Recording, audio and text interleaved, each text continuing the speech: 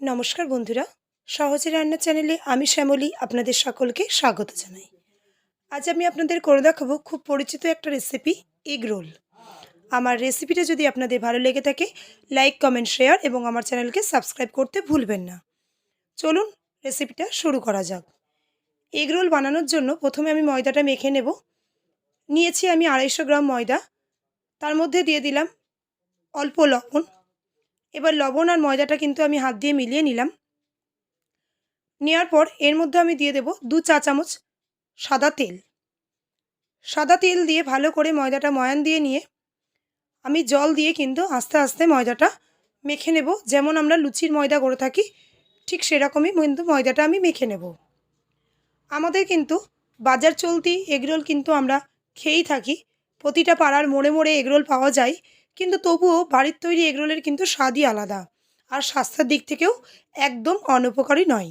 সেই জন্য আমরা একটু চেষ্টা করে দেখি যে কিভাবে বাড়িতে এগরোল তৈরি করা যায়।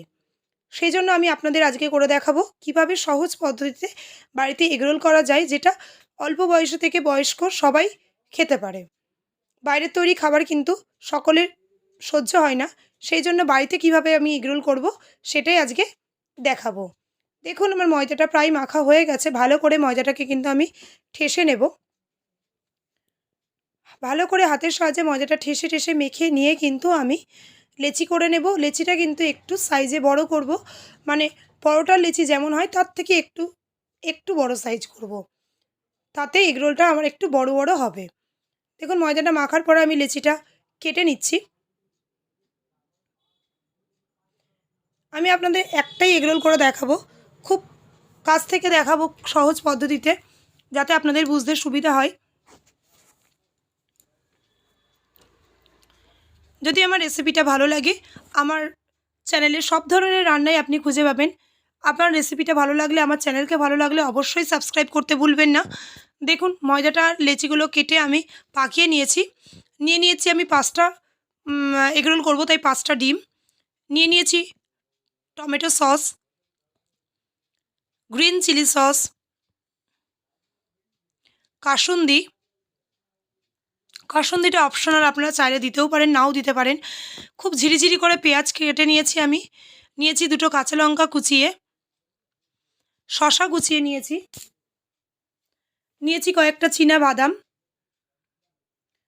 লবণ, সাদা তেল, আর নিয়েছি পেপার রোলটা মোড়ানোর জন্য।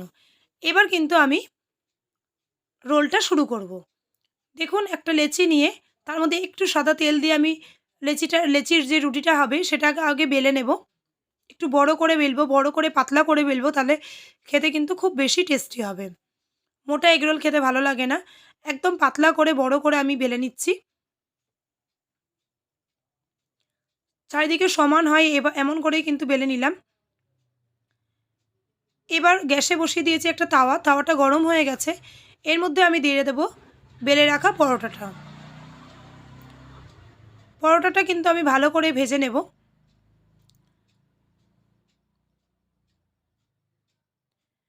এক পিঠ ভাজা হয়ে গেলে উল্টে দেব আমি। তার আগে দিয়ে দিলাম আমি এর মধ্যে 1 চা চামচ পরিমাণ সাদা তেল দিয়ে কিন্তু পরোটাটা আমি উল্টে দিলাম। উল্টে দিয়ে এ পিঠেও একটু সাদা তেল আমি মাখিয়ে নেব। সাদা তেল মাখিয়ে আমি আবারও উল্টে দিলাম পরোটাটা। ওদিকটা হতে থাকুক, ততক্ষণে গ্যাসের ফ্লেমটা কিন্তু আমি একদম লো ফ্লেমে করে দিয়ে ওপরে একটা ডিম ভেঙে নিলাম। এবার ডিমটা কিন্তু খুন্তির সাহায্যে ভালো করে পরোটার গায়ে মাখিয়ে নেব।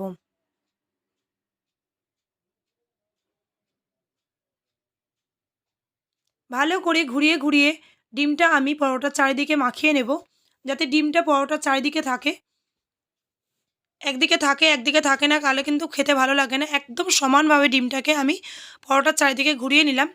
নিয়ে কিন্তু এবার আমি পরোটাটাকে উল্টে দেব। গ্যাসের ফ্লেমটা কিন্তু আমার লো ফ্লেমেই রয়েছে।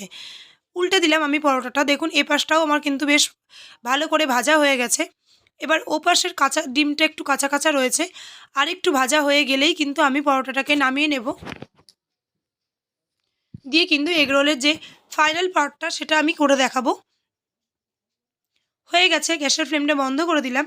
এবার কিন্তু পরোটাটাকে আমি উল্টে নিলাম। যেদিকে ডিমের পার্টটা আছে সেদিকে কিন্তু আমি এবার সাজাবো। দিয়ে দিলাম 1 চা চামচ পরিমাণ টমেটো সস, দিয়ে খুব ভালোভাবে ভেতরে আগে পরোটার গায়ে মাখিয়ে নিলাম। এরপরে আমি এর মধ্যে দিয়ে দিলাম শসা কুচি, পেঁয়াজ কুচি, কাঁচা লঙ্কা কুচি, অল্প লবণ দিয়ে দিলাম আমি, দিয়ে দিলাম কয়েক দানা চীনাবাদাম। এবার এর মধ্যে দিয়ে দিলাম কয়েক ফোঁটা চিলি সস।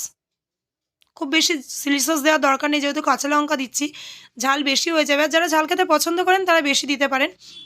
আর দিয়ে দিলাম কয়েক ফোঁটা কাসুন্দি। এর উপর দিয়ে দেব আর কয়েক ফোঁটা টমেটো সস, যেহেতু আমি টমেটো সসটা খেতে একটু পছন্দ করি। আপনারা চাইলে আর নাও দিতে পারেন। দিয়ে কিন্তু মোড়ানোটা দেখিয়ে নিন। একদম এক ফোল্ডে আমি আগে ভেতরের পুরটা মুড়িয়ে দিলাম, দিয়ে আর একটা রোল করে পেপারটা দিয়ে দিলাম একদম ধারে, দিয়ে কিন্তু পেপারটা দিয়ে মুড়িয়ে দেব। মুড়িয়ে পেপারের নিচটা আমি ভাঁজ করে নেব। নিয়েই কিন্তু একদম রেডি দোকানের মতন স্টাইলে এগ রোল। আপনারা সকলে বাড়িতে ট্রাই করবেন, করে জানাবেন কেমন হলো। বিশ্বাস করুন খেতে কিন্তু খুবই টেস্টি হয়। সকলে ভালো থাকবেন, সুস্থ থাকবেন। দেখা হবে অন্য কোনো দিন অন্য কোনো রেসিপির সাথে। ধন্যবাদ, পাশে থাকবেন।